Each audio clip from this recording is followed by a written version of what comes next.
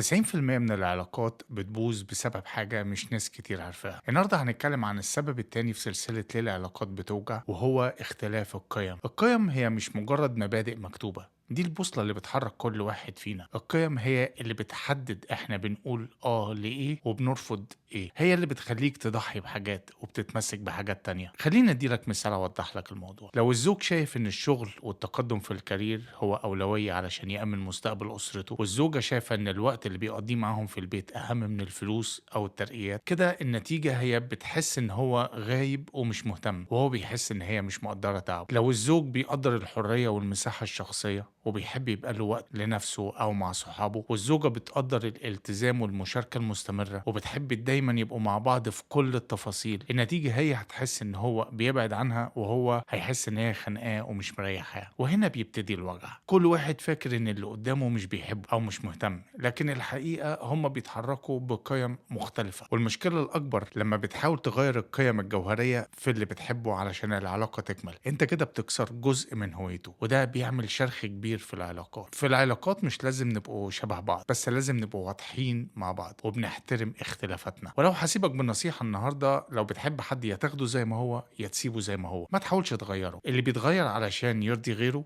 بيخسر نفسه، واللي عاوز يتغير بجد بيتغير علشان نفسه مش علشان حد تاني.